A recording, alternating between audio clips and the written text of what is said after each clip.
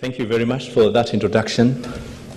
As you heard, it was the Minister for Higher Education, Science and Technology who was supposed to be with us this morning. Unfortunately, she sent her apologies. I'm therefore representing her. However, I'm not saying her words, so I must take the full blame of every word that I use, ladies and gentlemen. Investment in higher education in Kenya, opportunities for partnerships. That is the outline. It's quite brief. In Kenya, we have placed our reforms generally in education, more specifically higher education, science and technology, within the context of the knowledge economy. And what in Kenya we are calling Vision 2030, the overall guiding long-term envisioning of that country. I'll look at the challenges of access, equity, quality, and relevance in higher education in Kenya. I'll ask, what about the private sector? What is its role in Kenya in higher education? I'll briefly look at the environment that enables participation, indeed greater participation on the private sector and other actors. Then I will look at, as a case study, what we call KENET. That is the acronym for Kenya Education Network Trust. This is a trust that has been established to deal with the management of ICT and the use of technology in our universities, in our research institutions. And finally, I'll look at the opportunities that are increasingly available for collaboration in ICT investment, with special reference, of course, to its use in higher education.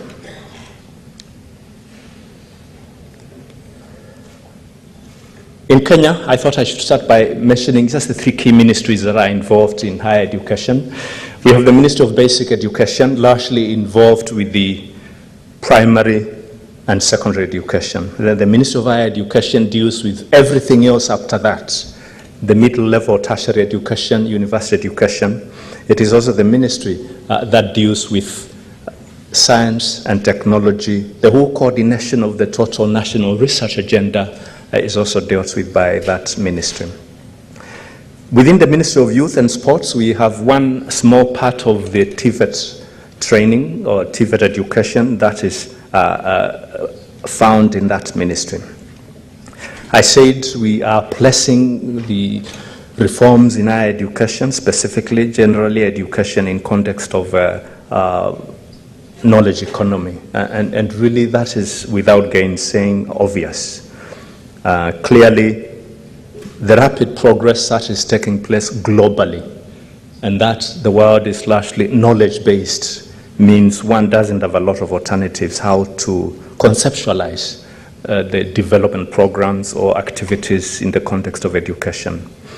Consequently, in fact, working very closely with McKinsey, they were here in the morning, Kenya developed that long-term envisioning, and we called it 2030. And that envisioning is the one guiding the total economy, the total society, as we progress to the future. And it touches on every sector of the economy. So higher education, or indeed education generally, is only one of them. How have we addressed the challenges? Again, very brief, because we've got only 10 to 15 minutes. Access, equity, quality, and relevance. We have had 7 public universities for quite some time at the moment, largely supported by the government. 2 things are taking place. One, these universities are getting expanded. Just to give you an example of 2 of them, the largest university in Nairobi, about 5 years ago, it had about 30,000 students. To date, it has 55,000 students. That is just an example.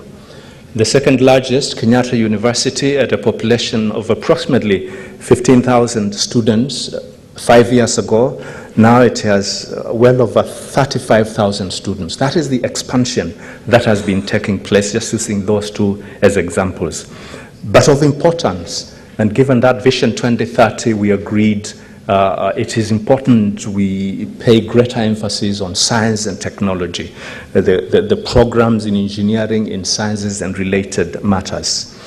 So that is being given great emphasis, and indeed the concept of centers of excellence, so that each university can specialize in specific areas. Or for the large universities, it may be a typical traditional university, but emphasize on putting resources to ensure there is greater excellence in every of those programs.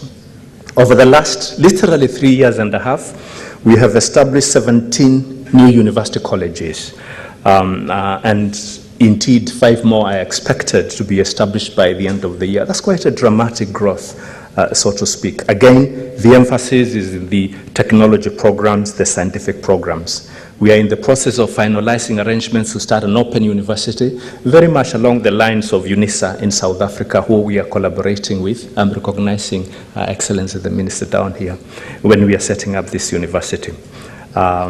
With respect to the middle level institutions, the government owns no less than 70, let's just call them TVET institutions, and again, a lot of expansion is taking place with respect to those institutions. We are also establishing new institutions. We are not working alone. We have a lot of partners in this regard. For example, we are establishing 13 new TVET institutions in collaboration with ADB, and I saw the ADB gentleman here we were discussing a little earlier, all across the country. We have a major science and technology equipment program where we are also working with quite a number of development partners. ADB, I've said the Netherlands, or the government of the Netherlands. We are working with China, Japan, and Korea. Clearly, we've been impressed by what we have seen in Southeast Asia. So they have become quite good friends in terms of our perception of science and technology. For example, just put a bullet there, we have that support. We are establishing one major teaching, research, and referral hospital in one of our universities, and we are collaborating with the People's Republic of China in that regard. And we are part of you heard in the morning, the Pan-African University. Commissioner Ezine is here. You'll probably talk about it later. Kenya is hosting one of the hubs, one of the 5 hubs, the one that is to do with science technology. Still continuing on addressing the challenges, it's very important that university industry collaborations are given a lot of weight, and I've just given one example there, that Chinese telecommunication solution, and our own Safaricom in Kenya. That is the largest telecommunications mobile company with 3 universities are collaborating quite a lot to ensure that the engineering education offered by our engineering schools is of relevance. That is extremely important. I have given another example there, our ICT board, which is a government-owned parastatal. Again, is working with universities to ensure students have access to reasonably subsidized computers. Wezesha, that is a Swahili word for to enable. And I've given also 2 other examples there. The ministry, MOHES stands for the ministry acronym. Cisco Academies, we are working very closely in setting up literally in every TVET institution in our universities, those academies. They give very important skills in the use of technology, and of course, Certiport for international certification in the areas of ICT. What about the private sector? We think Kenya has a vibrant private sector, higher education, just by those few examples there. Over the last 5 years, the private universities have increased from 13 to 27, literally. The accreditation quality assurance of private universities is managed by the ministry, in particular, an organ of the ministry we call the Commission for Higher Education. There are over 1,000 private TVET institutions all across the country and teaching many programs. Once again, the accreditation and quality assurance of these middle-level institutions, again, are managed by the ministry. What sort of environment, therefore, have we established to support the participation, active participation of the private sector and other non-governmental actors? Clearly, you start from the policy strategy point of view, and we have put in place a variety of strategies to ensure the framework against which then decisions are made. There is the National Strategy for University Education, a TVET strategy, the National Science, Technology and Innovation Strategy, and indeed, not to forget the strategic plan of the ministry itself. All those organs that provide an appropriate framework for ensuring we collaborate and work closely with the private sector. We have a very strong accreditation and quality assurance framework. Probably Kenya was the first country in Africa to set up an agency for purposes of accreditation and quality assurance of private university development, what I call the Commission for Higher Education. We also have a Directorate of Technical Accreditation and Quality Assurance for the middle-level TVET sector. This DITAQA, as we call it, is a precursor for an organ we are just about to establish, which we are going to call TVET Authority. The professional organizations and professional registration bodies are extremely active in working together with the government, especially within the areas of engineering, within the areas of medical programs, to ensure that programs are not only of high quality, they are relevant to the society. And I've just given examples of other related organs that must all work together to support good education.